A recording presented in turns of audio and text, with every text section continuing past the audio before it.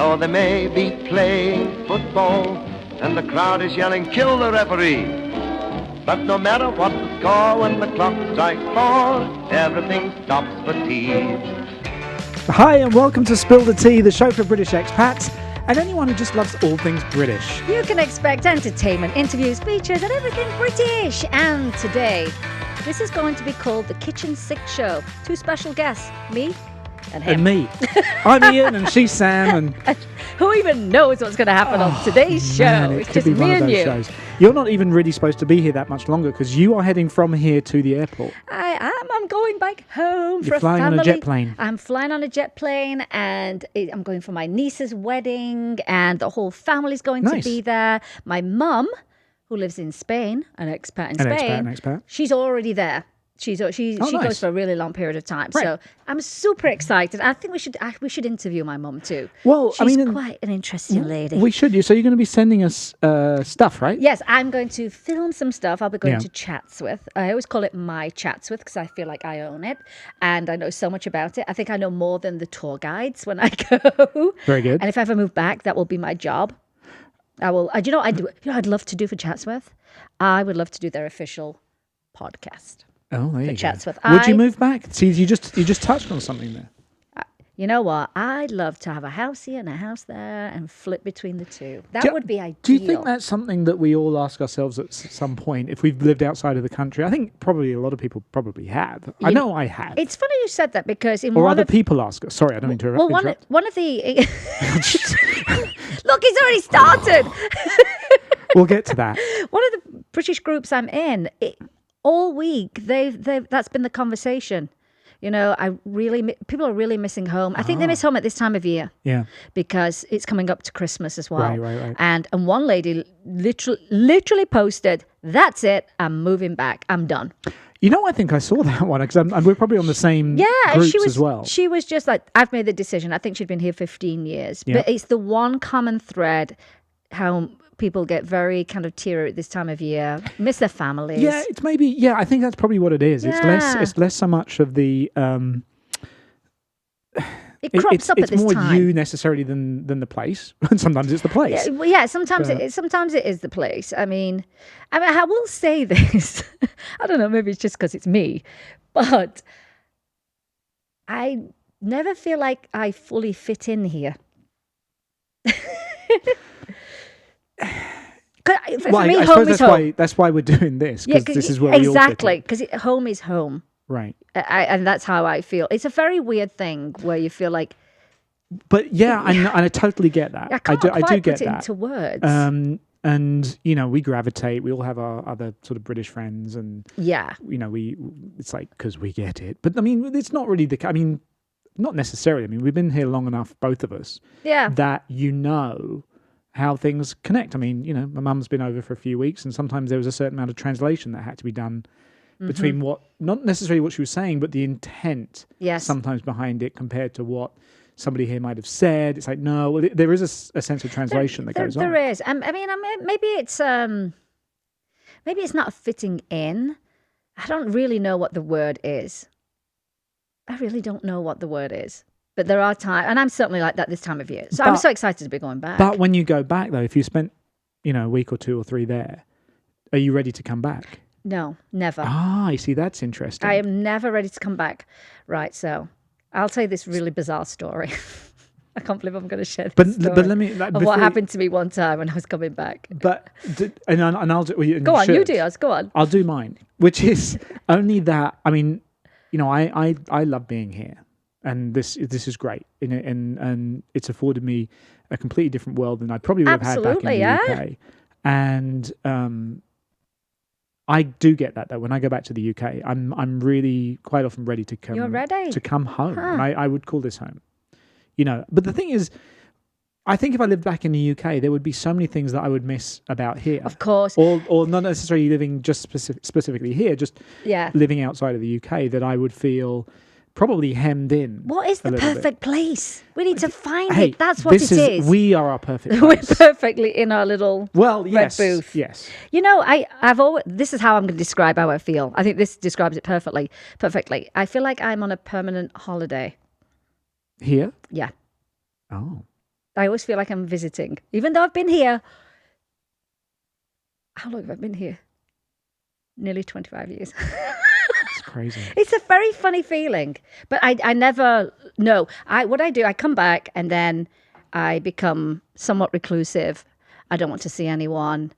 I try and I never unpack for about 2 weeks. That is no joke. Oh, wow. Apart from the chocolate that I bring back. Obviously. But you ask Jim, that case stays packed. I don't know. It's almost like a prolonging of the trip kind of thing. Yeah. But I did have a very traumatic return. Once I got my actual citizenship, which was not that long ago, a couple of years ago. Right. I got it just before I was going to England. So there was no time to get an American passport.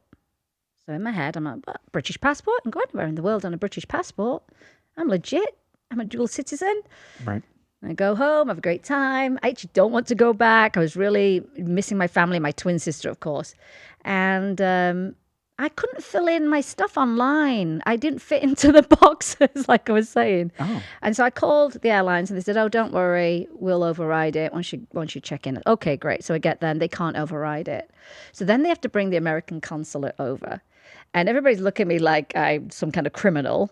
And Understand. he said, are you a citizen? I said, yes, I'm a dual citizen. And he said, okay, can you show me your American passport? And I said, I don't have one because I literally got this before I was traveling. No, I wouldn't have got it, yeah. And he said, okay, well, I'll give you permission to travel for the day. But in my own head, I'm like, I don't care. I'll just stay here. That's seriously how I was on that particular trip. I said to my twin, let's just turn around and go back. I'm fine, you know. Right. So I get on the plane and I just didn't feel good for that 11-hour flight. Something just didn't feel right. And I think I landed in Philadelphia. So, you know, you go to the little thing, you put your fingerprints in. Yep. There's a person there. I check out there. They can see I'm a dual citizen. They can see your American passport. I don't have one. I explain it. And they go, come with me. It's got a long story short. I was interrogated for 3 hours. Oh, wow. Oh, it was horrible. It was really horrible. They wouldn't let me call anybody. And I said, well, can I get my husband to send you an image of my, the certificate they gave you? Yeah. I mean, and they, nope. I said, can I explain? He said, nope. They wouldn't let me explain what was going on. It was horrible. It was really horrible. And there were people in that room that were clearly trying to get in who legally weren't meant to be there, that were stopped at the airport. And then I missed the next flight. And all this time, Jim had no idea what happened to me because they won't let me use my phone or anything. That's horrible. So there's a word of warning for you, people. Well, but you just don't know when you're going to get approved. So No, it's true. And I actually am very happy that I don't have to do the whole visa thing anymore because...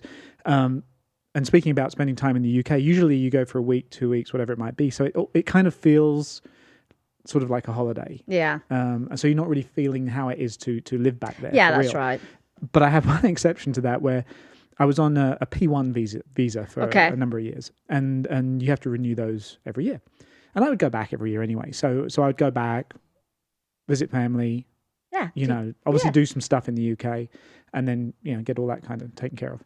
And one time it just kind of, there was a bit of a mishap with the, well, it was just somebody who was apparently, and I don't know the laws behind it and everything, but it was debatable as to whether they had all the information correct or anything. But I was basically denied my renewal. I ended up having to spend about six weeks there. No. Yeah, and just go back and represent, and everything was fine after that. But the funny thing was because this was about the 7th or 8th time I renewed. So I was very kind of casual with it. You go in there and for those people, probably most people who've been in the American embassy, particularly in London, it's kind of like a big post office. You have like those windows. It's like a post office window, and you go for your interview and everything. And I was in there, and there was and the P1 visas are all kind of entertainers and cabin staff for some reason. Not P1s, but there were a lot of those kind of groups that would go in on this particular morning. And Bill Bailey, the comedian, he was in there. Okay. And we had a common friend, so we started chatting in the thing, and it was very kind of, oh yeah, and then your number gets called, so I went up there. I was like, oh, thanks, Bill, take care. So I went up, and this issue happened, and kind of came out there completely sort of ashen and like, what? And called my immigration attorney and everything, one in London and one here. And they're like, no, that's not right. That's not right. I said, well, they have the final say. So, they figured it all out. But when I went back in, yes. I was like, I'm gonna be completely laser focused on this. Right. Unlike you are now, but we'll talk about that in a minute. But go on. I am completely laser focused. But so I went back in and I sat there. I thought, I'm going to get no distractions, no Bill Bailey. Just here, just focus on this pile of papers that I'd now prepared to represent. And so I'm sitting there in the chair in the post office kind of environment, and freaking Wayne Rooney comes and sits next to me, which sounds ridiculous. It does. Yeah, I was like, oh, stay focused. Yeah, Wayne Rooney.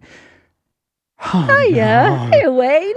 and I was like, I first of all, I'm thinking I should get his autograph because Amanda's husband is a big Manchester United fan. Didn't worry me, obviously. I'm not a Manchester United fan. Sorry if you are. And I was like, no, stay focused.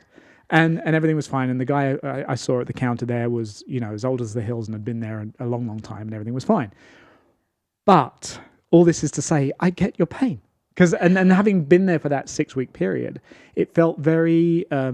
I was having a real kind of living back in England experience. Yes, you were. I mean, it had a different vibe, obviously, because of the situation. But I mean, that was years ago now. So I was interrogated.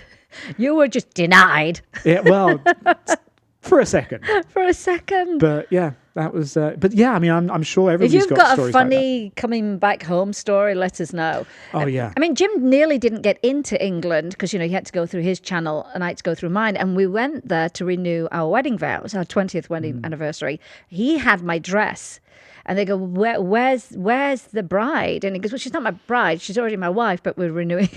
But it was a full-on gown, yeah. Right. And I was sat waiting for the longest time. I'm like, they're not going to let him in. I don't know what's going on. I don't understand. But they asked him all these questions. But the weird thing was he was going back before me as well. Right. So why are you not flying back together? Oh, it was a whole thing. But I was really happy to turn around and go back and just stay, honestly. And you know what? And I think the visit after that, I really wanted to have a wee on the way to the airport. And we were going over the Pennines from Sheffield to Manchester. Yeah. And it was so bad. And you know how people are in the car, they're terrible. They're like, oh, look at this waterfall, gushing water. Would you like a drink of water? They were a nightmare. And I said, you're going to have, but we were late. I said, you're going to have to stop. You're going to have to, but first we have to get through the moors first. And I said, I don't care if I don't get that plane. I don't care about going back. I need a wee. I'll just live back in Sheffield. So yeah, that's how that was your rationale for maybe staying there. That was my rationale for staying. Wow. Yeah, I don't know though. I think we say that though. I don't know whether it would actually. I don't know if it would happen. I mean, maybe at some point. You know down what? The road. If I was a millionaire, that's the first thing I would do. I'd buy my house over there, and then I'd flit around between the two countries. Right. But since we're talking about millionaires, let me tell you this. You like this little segue? Did we segue? We have. We're about to. Who wants to be a millionaire? Who does? Who wants to be a millionaire? Just, there's an uproar right now. What's his name? Clarkson. What's his first name? Jeremy Clarkson. Because the Teesside was misspelt on the show. And people have lost their tiny minds over it. It's so disrespectful not to spell Teesside right. Wait, so the question, like underneath? I don't know if it was a question. Obviously, they put the question on the screen, right? Or is it? Do they say where the person's from? I don't know. Oh, I see. So that's I don't know either. Maybe someone can let us know. But people were having an absolute fit over that. And talking of Who Wants to Be a Millionaire, who was the set designer for that? Oh, that'll be Andy Walmsley. Our friend Andy Walmsley, who designed that well over 20 years ago. And I've forgotten, I think it's in something like 60 countries. Does he watch? Or listen? He should be watching. Now we're giving him a name check. Oh, if we had him on the show, it would just be, it would all let loose. We wouldn't have to be here. It would be so, we'd be like, see you in an hour. Well, he's living in New York now. He is. He's living in New York. He's a set designer for TV, theatre. He does all kinds of stuff. But yeah. He did that 25 years ago. Wow. And I hope he was on lots of residuals for it. Oh, I'm sure of it. And I'm sure every time they open up a new one in another country, it's like, cha-ching, sure. I don't need to get out of bed. But I thought that was funny. But, people like to get on the spelling thing, especially on Facebook. The spelling police, they come out. I don't like to see poor spelling or poor grammar or... Well, you say that. We've probably done it here. We probably have. If not, we're about to. But I think we try and make a concerted effort to do it properly, don't we, Ian? Yeah, if we're going to spell things wrong, spell them wrong properly. talk about an effort. I know. One of our viewers, Lee Bennett, yes, they've had a baby. That takes some effort to give birth to a baby. Not that I've had one. What Lee did? I don't. Well, you never know in this day and age. Who's having a baby, who's not. But let me tell you something. Lee told us that Vegas has a new Yorkshire heritage baby to add to its community. Brandon Winston Bennett, officially 2.5 days old, and look at the photo. Cute. Wrapped in buses and English taxis. I love that. Nice. So we're growing the community around we here. We are. Yeah. If we can't get people to like them, we'll just have them born into it. That's right. Makes perfect sense. Well, and speaking of, here's Go tenuous on. All link. these segues are good. It's very tenuous. So, wait a minute. How are your allergies? Because you were moaning, crybabying about those last week. How are they? I wasn't going to say anything. Oh, go on. They've been really bad. How is that? What do you take for that? Claritin D. Is it horrible? Yes. I don't take anything like that. I don't like stuff like that. It makes you weird. That's exactly what it's made me very spaced out. I know. It's not actually, even before sort of coming on the air today, I was kind of like, I don't know what. It's like being, I'm here, but I'm really not here. So if anything goes really sort of off kilter today, blaming it on the Claritin D, which is my antihistamine. But it just makes you feel very disconnected and spaced out. Yes, like you're there, but I'm not connected. Yeah. Sometimes though, I do like, a bit of an old wives' remedy. Oh, yeah. It seems that whiskey is a cure-all for everything that ails you. Do you think you need some whiskey? Have you already had some whiskey? Is that the problem? No. Do you need some whiskey? No, except that it would be fine if we hadn't actually already teed up. There's a bottle of it over there. Oh, have you been eyeballing it? No, I haven't been eyeballing it because, we wouldn't typically have bottles of whiskey. He does. He's lying. He's totally lying about that. But we did have this conversation beforehand that could be a way of helping, just helping. Well, didn't they put it on baby's gums, when they would teabag? They did. Well, my mum used to. Rub a little bit on if we were sick, we used to get like a bit brandy generally. Brandy. I don't know why it was brandy. Well, maybe it was whiskey. I don't know. But it'd be like take one of those, and it was just to probably just make us go to sleep. Well, can we get Ian a whiskey? Let's see how this show goes. You want to really? We should do a show where we drink and see what happens by the end of it. Other than tea, and see what happens by the end of it. Yeah. All right, I'll do it. All right. Oh, look. Kel Surprise. Something's already poured. It's mouthwash. Thank you, Amanda. It's mouthwash. Oh, that's good stuff. What's it called? What brand is that? I don't know. Whatever Amanda gave me. Tiger Snake? Well, that came from the other podcast studio. I know it did. Well, you took it from someone else. I didn't take it. Amanda took it. You sure there wasn't a line written on the bottle to make sure no one steals move the line, rub it off, move the line. The whole dynamic of this show has just changed. Are you going to just Scotch? 3, 2, 1. Oh, thank you. Go on. Oh, that made me shudder. Oh, goodness me. That's good stuff. All right. No allergies. They've gone. Found something really funny from my hometown. The rubbish bins. Right. In my hometown of Sheffield. Oh, got an after-kick on that one. Good stuff. Is it warmed up your cockles, Ian? They're decidedly warm. So, they've got new rubbish bins in Sheffield. Yeah. And they've got Yorkshire sayings on them and then a translation on underneath. The rubbish bin? Well, you mean like the household ones or the... No, the ones on the streets. Public rubbish bins, right. So, do we have photos? Yeah, we do. This one, A up. And that means hello. Well, I like the fact that they've got the translation in the corner. Yeah, you're going to need it. Hey up. Hey up. What's the next one? What have you got? Sup with thee? What's up with thee? That means, what's wrong with you? Sup with thee? Sup with thee? Sup with thee. Can't say it with that accent. Sup with thee. Next one. Stop faffing. This is my favourite. I actually use that one. Do you use it? I like this one. Stop faffing. Stop faffing about. Stop messing around. But stop faffing. Well, some of my family are in South Wales, and that's kind of like that's a bit of a faff. Yeah, they faff. Bit of a faff. They often faff. We'll come back and see if you can do that big long name of that city. No, the town in Wales. Oh, everybody knows go. That's all they know. My niece can. She speaks fluent. We should Welsh. get her on the show. She needs to Skype in, and she can do that. What's the last one? Is there one more? Siddy. What's that? Siddy, I'll see you later. See you later. Oh, okay. See you later. To be put in a sentence. And then bin it. So bin it means throw it away. Well, yeah. Bin it. Siddy. Oh, bin it. So Siddy, see you later. See thee later. See thee later. See thee later, I want to hear Ian. that. I want to hear that at the end of the show. See thee later on Spilled Tea Moreth. I thought I was the one who just had the shot. Jeez. I know. I've only had a bit of tea. I know. Oh my Well, I was gosh. going to make my tenuous link to Lee's baby, and congratulations to them on. Yeah, isn't that lovely? On that new edition. Oh. But speaking of healthcare.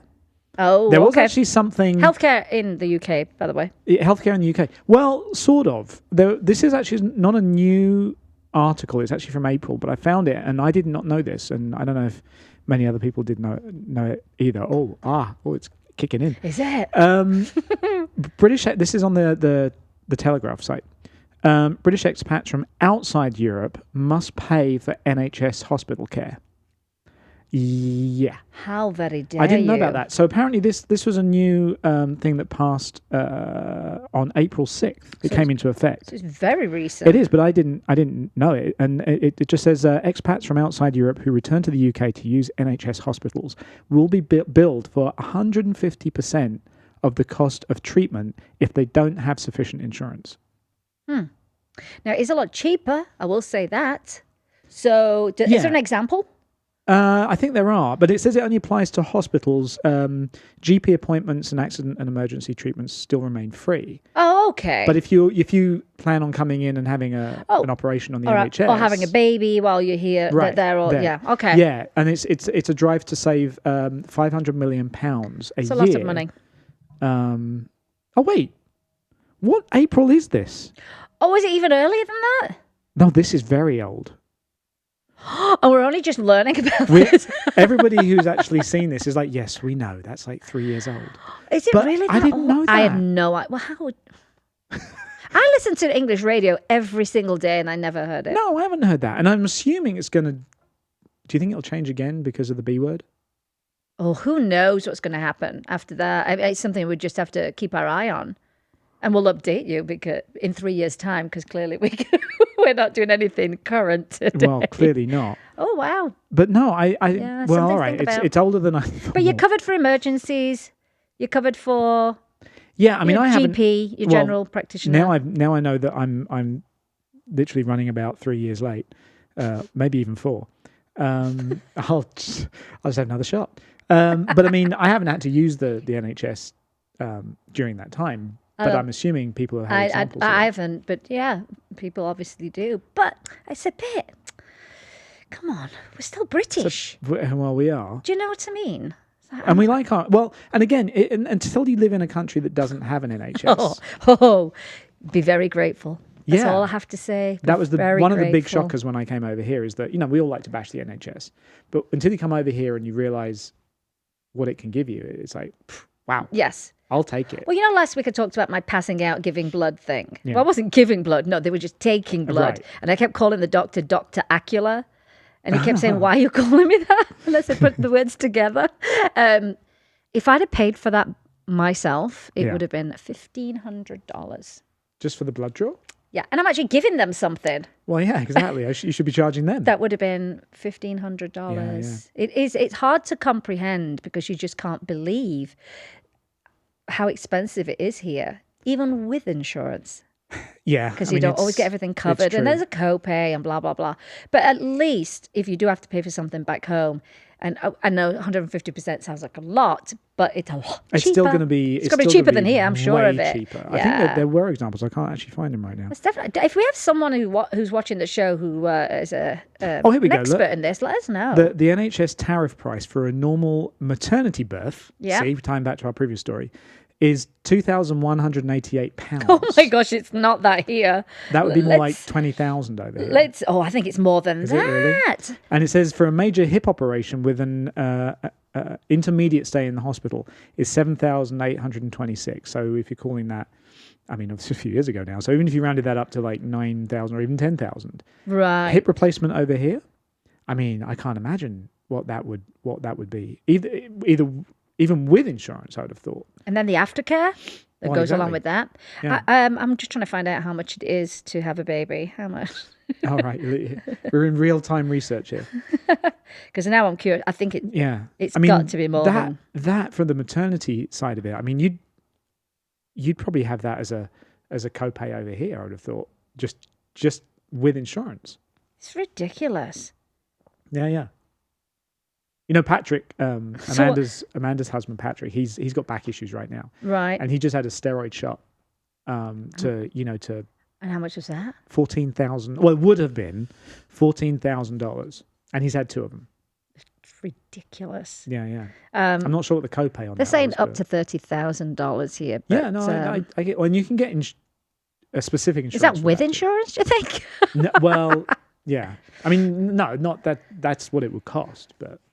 Yeah, it is nuts. So, you know, the NHS certainly has things to work on. Or maybe we'll do a whole NHS healthcare show. We'll get somebody in who actually knows what they're talking about. Yes, but I mean, yeah. And then we'll discuss the topic. Because, I mean, healthcare is a big issue for anybody living outside of the UK. Well, anybody. But I think you know, I still find it difficult to understand here. I usually defer to Jim and say, I don't understand it. I just don't understand the providers and that change. Right. And that provider's not on your list anymore. So, forget that. It's a nightmare. Yeah. But I usually let him handle that. And since we are talking about doctors, because this is going to be the show of ultimate segues, yeah? Doctor Who. Doctor Who Day. Doctor Who Day. They just had Doctor Who Day, and where? In Texas. Don't you love that? So and by the way, you never abbreviate Doctor when it comes to Doctor Who. You have to spell the whole word out because that's a big no with fans. But they just had Dr. Dr. They just had at the British Emporium in Grapevine, Texas. They just had their Doctor Who Day. The TARDIS is there, aliens, costumes, contests, photo ops. Doctor Who show. We should. At some point. Oh, I bet you anything. There's got to be some cosplay people here that love Doctor Who. Who is it? If you know anyone. Yeah, anybody who is either involved with Doctor Who show, who is an extra. A Whovian. Don't they call them Whovians? I think you just made that up. I did not. No. Great Whovian merchandise. Surprises. Plus your fellow friends and fans join us. That was last week. Who would have thunk that Doctor Who was going to be such a thing like second time around? Because, I mean, we all grew up with it, with the original Daleks. Hiding behind the sofa when the theme tune came on. Yeah. John Pertwee is the first one I remember as a kid. It was for me. Yeah. You know, you would hear that music. Behind the sofa. So now we'll have to do, like we did with the James Bond show, we'll have to do your favourite Doctor Who. Oh, yes. Now. Who's yours? I love David Tennant.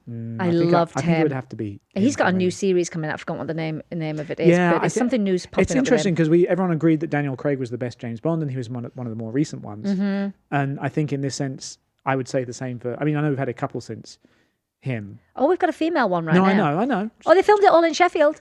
The Daleks were on the train station platform. The world according to Sheffield. The Daleks, people were going to work to the train station and the Daleks were on the platform. They were all over Sheffield. He said it was absolutely brilliant. But I think the interesting thing about the Daleks... They couldn't get on the train, though. Daleks can't get on the train now. Big design flaw in their world. No, they made them fly.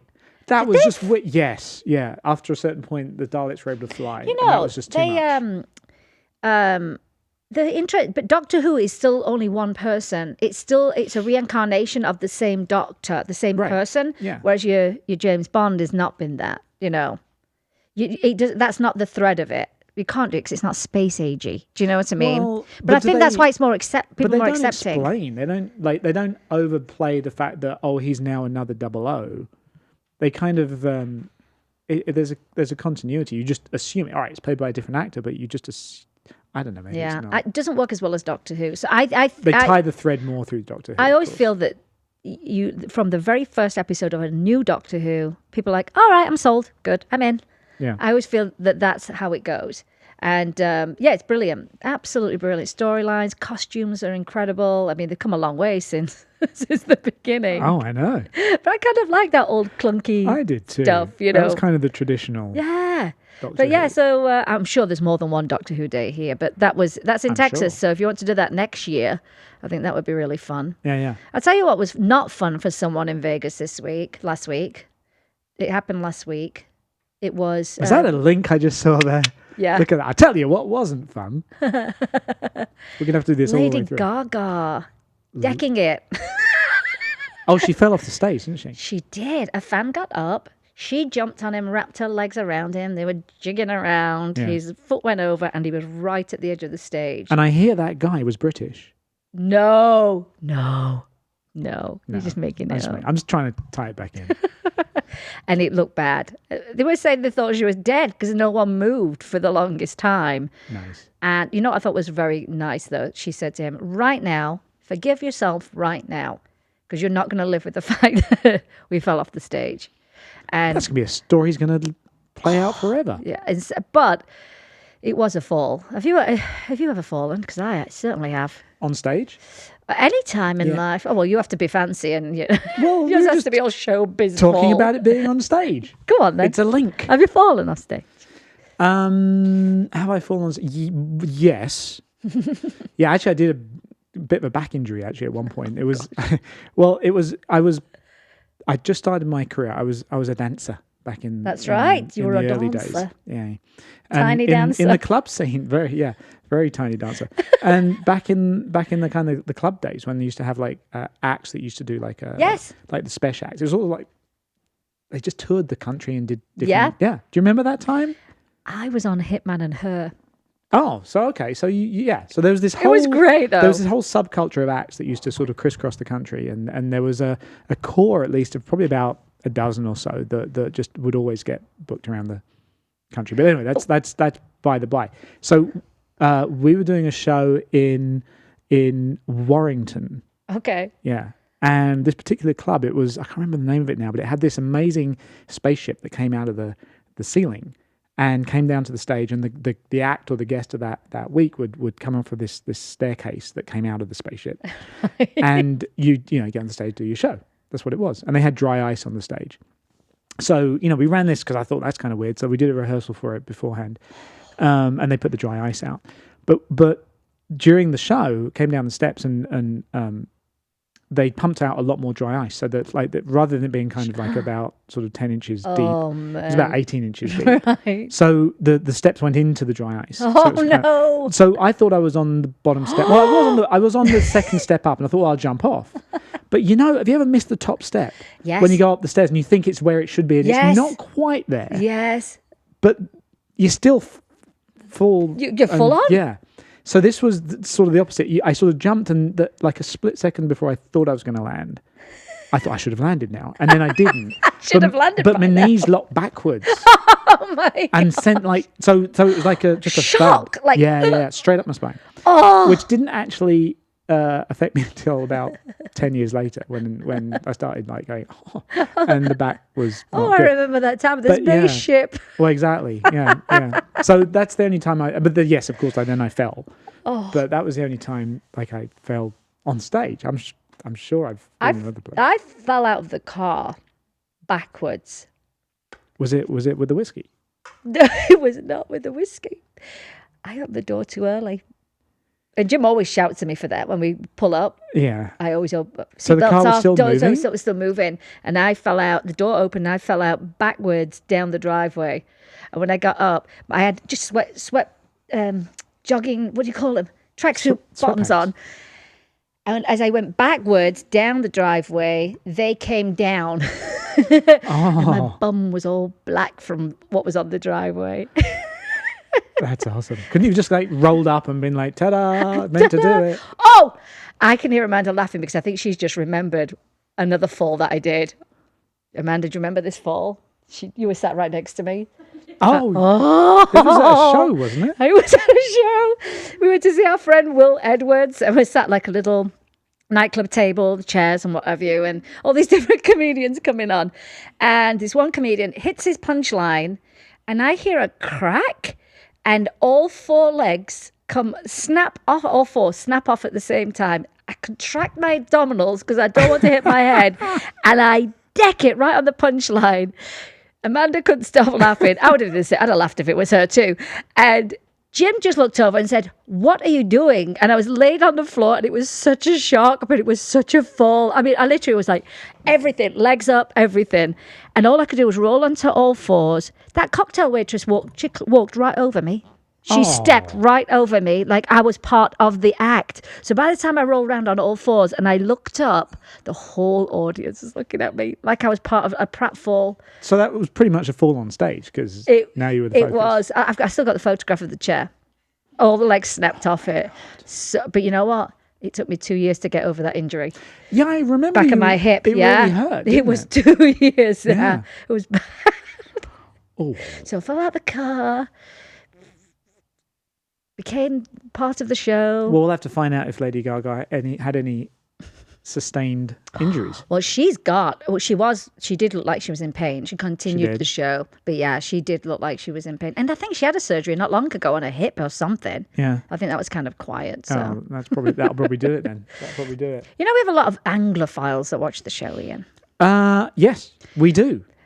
As they should. It's funny because sometimes as they should more. Go on then. Why? Well, no, just spread the word. Just okay. We need to make sure that our little show reaches as many people as possible. Wow. So, you know, we have to say this every week, but you got to you got to share. There are some unspoken no, the whiskey's but we'd like you to. The whiskey's talking. Hasn't quite kicked in yet. There are some unspoken things about being British, and it's not until someone points them out that you go, "Oh, yeah, that's right. That is what we do. It's so British." But you're not aware of them because you are British. Right. But there's a brilliant page. It's called Very British Problems. I think I sent you some of them. Yeah, I've got them here. Yeah, and that was it's also a TV show, isn't it? Yes, they've got some shows as well. I think they've got books out as well. Right. But it is funny, you don't realise it until someone writes it down, and it just makes you laugh. Do you want to do the first one? Or should I do the first one? No, you go ahead because this is so me. This is so me. Worrying that you've accidentally packed 3 kilos of cocaine and a dead goat as you stroll through nothing to declare. It's true. You have that moment. You feel like everyone's like, have I done anything wrong? That's how I do. Yeah. I don't know why. But even if you have nothing to declare, as you're walking through, you still have this sense of guilt. Like you've done something. And you know they're either standing there watching you, or they're actually turning out somebody's case right there. And you're really glad about that. You're like, oh, good, get by. They're distracted. Fast. But they're distracted from somebody who's not. But you still don't have cocaine and a goat in your suitcase. There's a glass, and they're behind the glass window as well. And you're like, I know you're looking at me. The security is unbelievable in British airports. But I thought that was so funny. I bet you can relate to that for sure. Except, of course, if you have been taking something through you shouldn't have done. Oh, you've been drinking a lot of whiskey on your Claritin D. All that. Don't do that when you fly back. No. So what's the next one? Being unable to stand and leave without first saying, right. Yeah, it's like a precursor to, I'm leaving. Yeah, it is. It's true. It's like a warning. It's a warning. Right. That's very, very British. Then, how about this one? Well, this happens to me. I do this and then it happens to me as well. Not hearing someone for the third time and then you just laugh and hope for the best, you know? Did you hear what I said? What? No, it's true though. And I'm sure we've probably done that on this show a few times. People do it to me all the time. I know they don't understand me. It's okay over here. Yeah. And I can see they start laughing. I'm like, yep, they understood not a word. Yeah, or apparently I just go, right. That's my thing. Yes.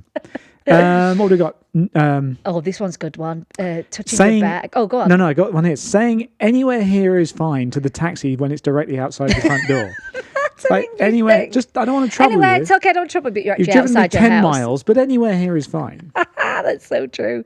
This one, I know this is me. This is definitely me. Being sure to start touching your bag 15 minutes before it's your station, yeah? So say you're on the tube or the train. So the person in the aisle seat that you've got to get by, yeah? So that they're fully prepared for when you have to exit. Like, here's my cue. I'm touching my bag. Isn't that the funniest thing ever? Oh my gosh. What about this one? Repeatedly pressing the door button on the train before it's illuminated to assure your fellow commuters that you have the situation in hand. I got this. I got it. You don't need to do it. I've got it. This one's very funny.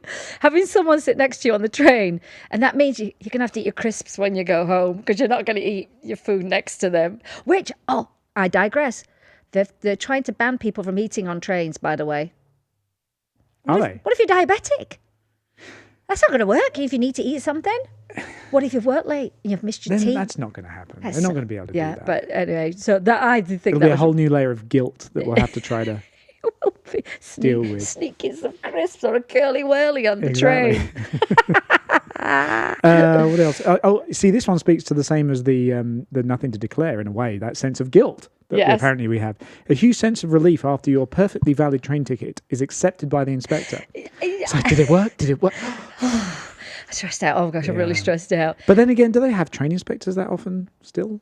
Occasionally, it's like random, it's like spot checks. Long time since I've been on a train, actually, to be honest with you. I do like this one though, because I think this ties into the whole British manners.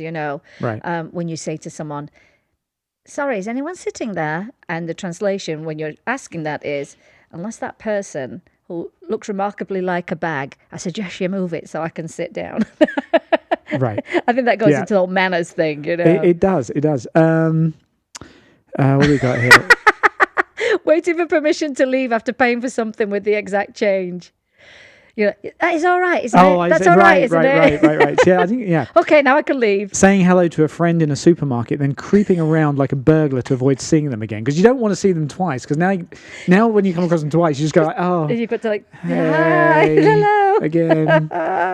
This is a good one. That's fairly universal, though. I think everybody probably does that. Watching with quiet sorrow as you receive a different haircut to the one you requested. Oh. People are very polite with that stuff, aren't they? It's fine, They'll just go home and cry, into their pillow after they've had a bad haircut without actually saying, "I don't like my haircut." Yeah. See, I like this one. This is deeming it necessary to do a little jog over the zebra crossing while throwing an apologetic mini wave. Like, I Thank you. You're like, that's like a tiptoe run. The Beatles never did that. No, they didn't. They just walked. What else do we have on here? This is quite funny. You'll have to excuse the mess, and that's after you've spent 7 hours tidying up in preparation for their visit. So a lot of people say that the house is perfect. Like, you have to excuse my mess because they're so worried it's not up to their standards. Right. It's true.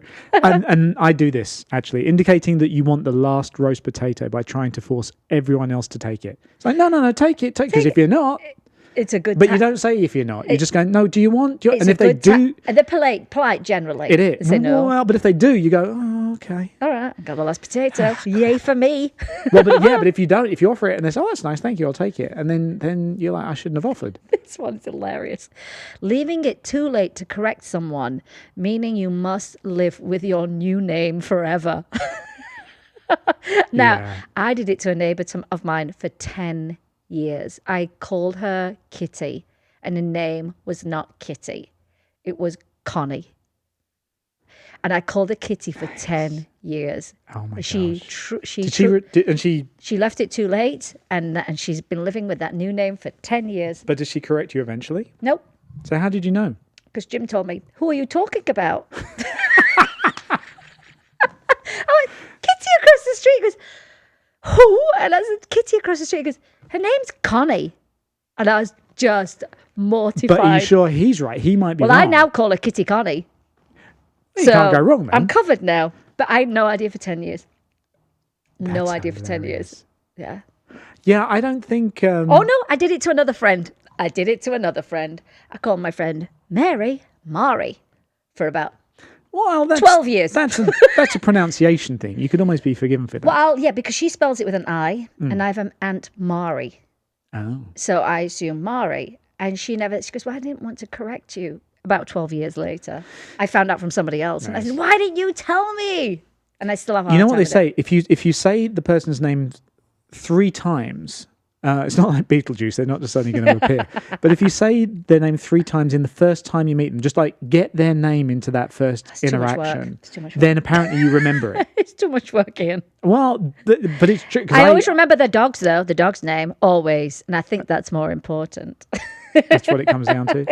Yeah, no, I actually, if I remember, try to do that. It's like, just get their name. I'm terrible with that stuff. But you know what? I was going to say, when it comes to names, I was thinking about this the other day. You know, how sometimes people have an unfortunate name when something happens in pop culture with their same name. Right. One thing I hated was that cartoon Sammy the Seal. And people wanted to start calling me Sammy. You don't remember Sammy the Seal? No, what was Sammy the Seal? And I hated it because I hate Sammy. I don't like being called Sammy. No. And then that but cartoon you don't mind came Sam, out. Though, right? You're okay with Sam. Yeah, I'm okay with that, yeah. But do you prefer Samantha? I don't. Either of those I'm fine with. My family exclusively call me Mantha.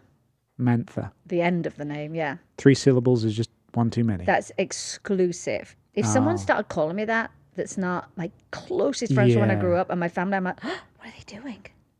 You don't get to use that name. Because I'm usually I just call you Sam. Yes. But I mean, you know, if you were to say no, I don't like that, I would respect that, because you know, if you're shortening the name, you're shortening who you are, right? And you are who you are. So I would say that. But if you're all right with that, then. But I don't like Sammy the Seal, because then Sammy the Seal popped up and people started calling me Sammy, and I don't like that. No, as you shouldn't. See, I've got a 3-lettered name, which you'd think wouldn't be able to be shortened much, but when I was at school, it would just go down to E.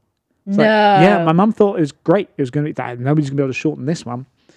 I've never heard that. Yeah. Are there any famous Ians that you go, oh? Ian Fleming?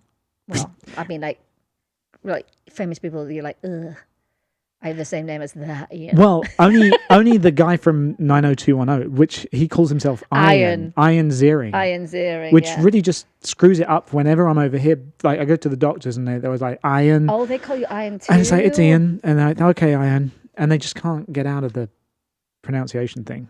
Yes. Sammy the Seal. So please don't call me Sammy. I promise I will not ever call you Sammy. That's for sure. It's horrible. I think a teacher once called me Sammy at a parents' meeting with my mum. And my mummy corrected them. Her name's Samantha. Ew. She did. As she should. She did. So, moving on a little bit. To where? From this. Told you this was going to be the kitchen sink show. It's a bit of everything. I think we're epic at segues. I think we're fantastic at segues. So, speaking of British sayings. Go on, then. One of our contributors has just been in Britain. See? Did it. You did it. Did. Craig Murin has just taken a little vacation, a little holiday back to... He's the pension guy. He is. And what he sent us like a little video, just a little check-in video, really, which we thought was really cool. Yes. And we're going to play for you just because we can. But we thought, actually, what do you think? Do you think this would be a good idea if other people wanted to send us videos from wherever they are? If you want to send us a shout-out video... We'll show it. From wherever you live outside of the UK. Well, no, even if you're in the UK. Send us of course. Video. If you're in the UK. If you watch the show, send us a shout-out We've video. got viewers from all over the world at this point. We've got Canadians. We've got people from... Well, we haven't got... We probably have Canadians, but we've had people who live in Canada. We've got Australians. If you can say it. Yeah. Again, I'm the one who's been drinking. By the way, go on. I was going to go on about how newscasters say Australia out here. Australia? What are you doing? Stop it. All right, you stop it. Stop it. Stay on topic. We've got viewers in Canada, Australia, in the UK, in Spain, Greece. In Greece. Is it Cyprus? No, Greece. Greece. Well, maybe in Cyprus. I don't know on that one. But and then even in the United Arab Emirates, even though they don't like to carry and share our post. Oh, Craig says he's going to have a word with them. Oh, sweet. He knows nice. The group. so we're going to show Craig's little clip to show you an example of what he did. So if you feel like kind of contributing and sending us a clip, we'll show it too. So go ahead. Hey Ian, hi Sam. I thought I'd just touch base with you. I am currently actually, where do you think I am? I'm in the UK, but what part of the UK are we? I thought I'd just give you a quick shout. Thank you so much for having me a couple of weeks ago on the show. It was fantastic. Really enjoyed it. I've had quite a good bit of feedback from people that have found pensions. A couple of guys have found an extra £100, £115, £120 a week for their retirement, so that's really good. Let me know if anybody else needs any help. And I'll come and see you guys soon once I'm back in the sunshine. Take care, guys. See you soon. Love that. Isn't that a little windy? Yeah, but wasn't he on a bridge? Yeah. Wasn't he in Bristol? I think he was in Bristol. If you do send us a shout out video, make sure you record it this way. I will show you when I get my phone the right way around as well. Make sure you record that way. Yeah. And then it'll fill the entire screen. Which will be great. And just email it on our website. Don't send it through Facebook because you can't actually download from Facebook. I think you can. Well, maybe you can. I've never been able to in Messenger. No. Messenger. I can download photos, but I can't download video. But there's a contact us email address on www. All the People W's. don't even say www anymore. I've got to tee it up. You got to get modern. You got to get modern. Spill the tea. No, it's spillthetealive.com. Yeah. It's one of those. So yeah, send us your videos and we'll play them on there. It'll be kind of fun. Tell us a little bit about yourself as well. Yes, definitely. And if you've got pets, put your pets in the video because I'm all about the pets. And you are all about the pets. We are about the pets. Speaking of other videos. Oh, here we go. Another segue. This is the segue show. Okay. We should write out of it on a segue. That'd be even better. I know you've got one. Got a few. I know. One person we have not yet really acknowledged in our world is our engineer who is behind all this technology. And albeit that he might be an American, he is, which we forgive you for. No, we don't. We love you. He does an okay British accent, though. He tries. He's trying to qualify. But it's Travis the engineer. And we got a voice of God with Travis here. Are you with us, Travis? I am God.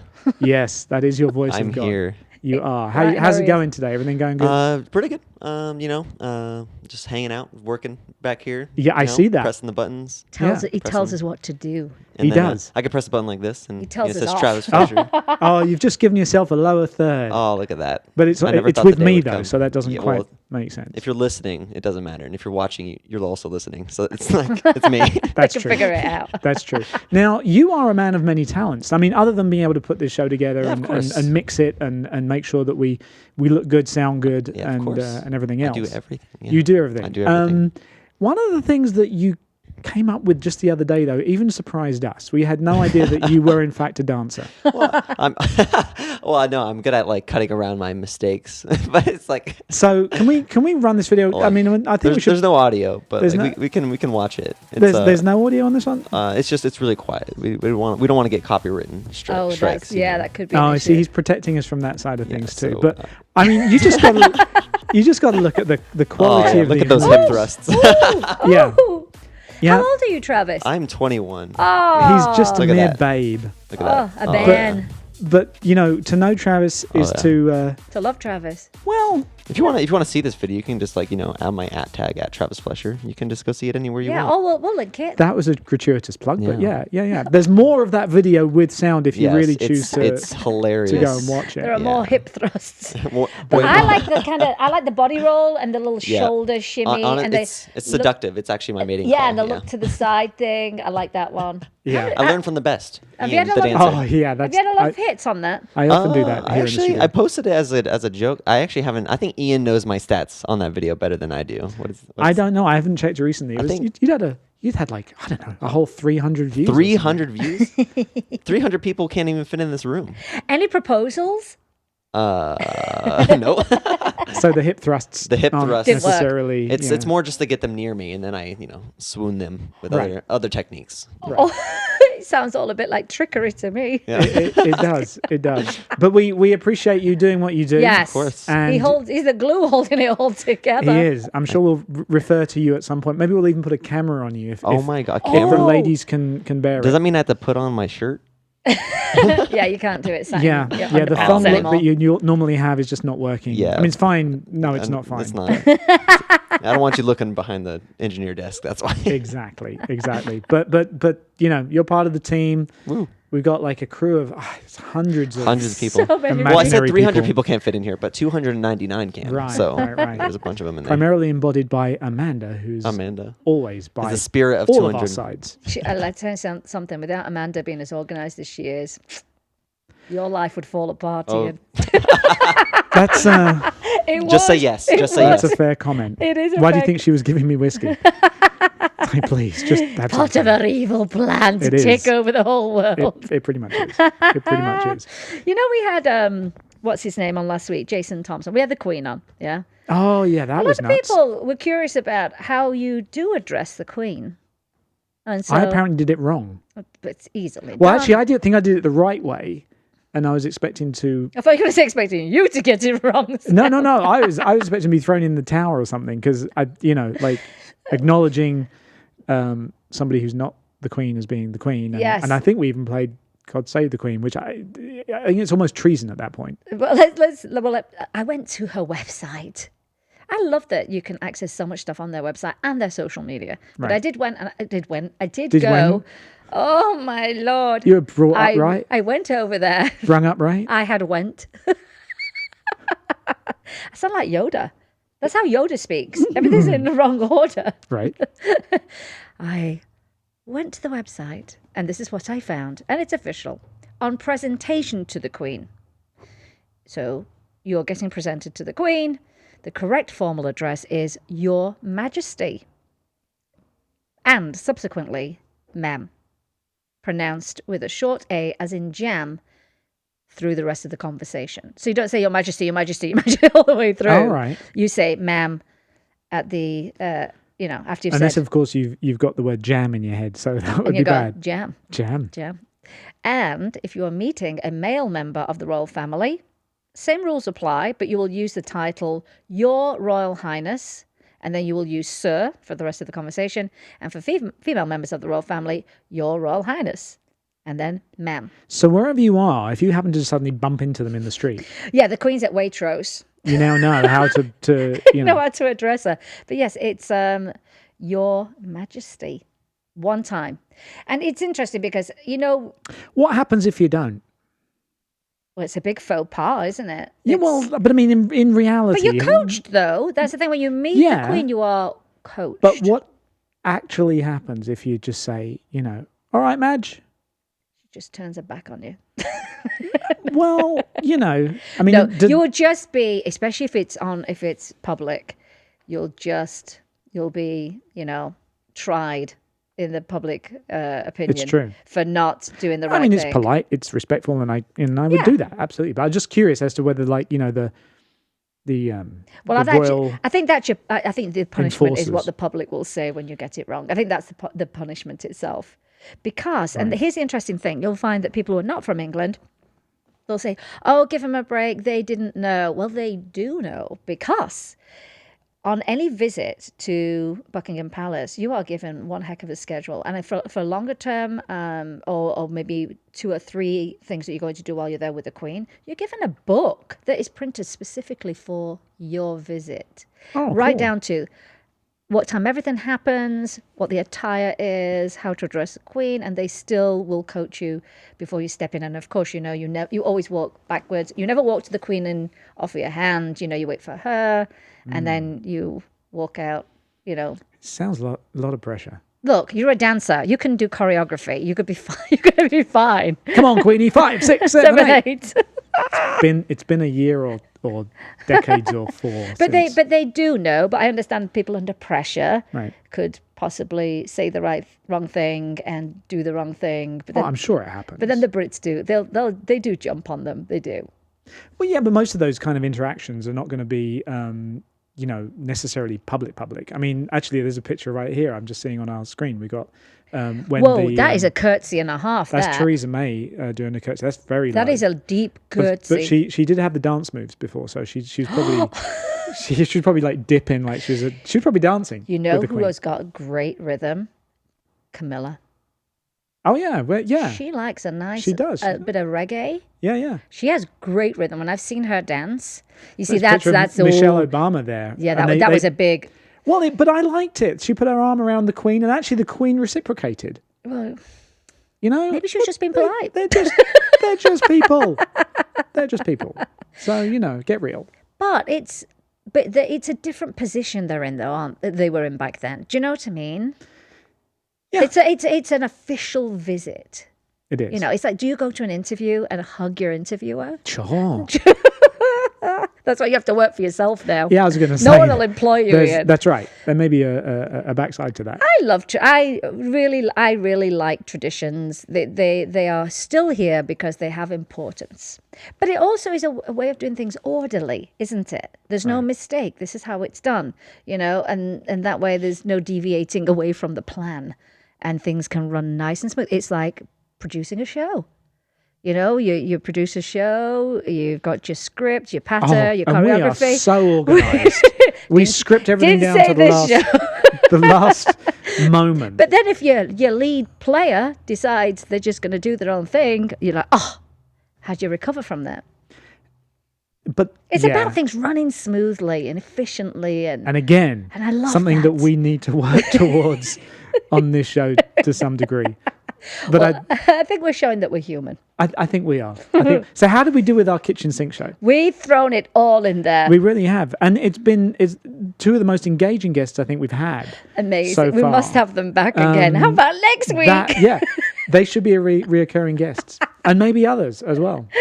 We'll see. Hey, you know, I think it's important, though, that we do a show just with the two of us to see if we can stand each other for a whole hour, Ian. If we can cope with each other. With alcohol, yes. Yeah, that does help, doesn't it? But I'm feeling a little bit less spacey. Better? But no, those Claritin things would I can't take that stuff. I really can't. Apparently, I can't either.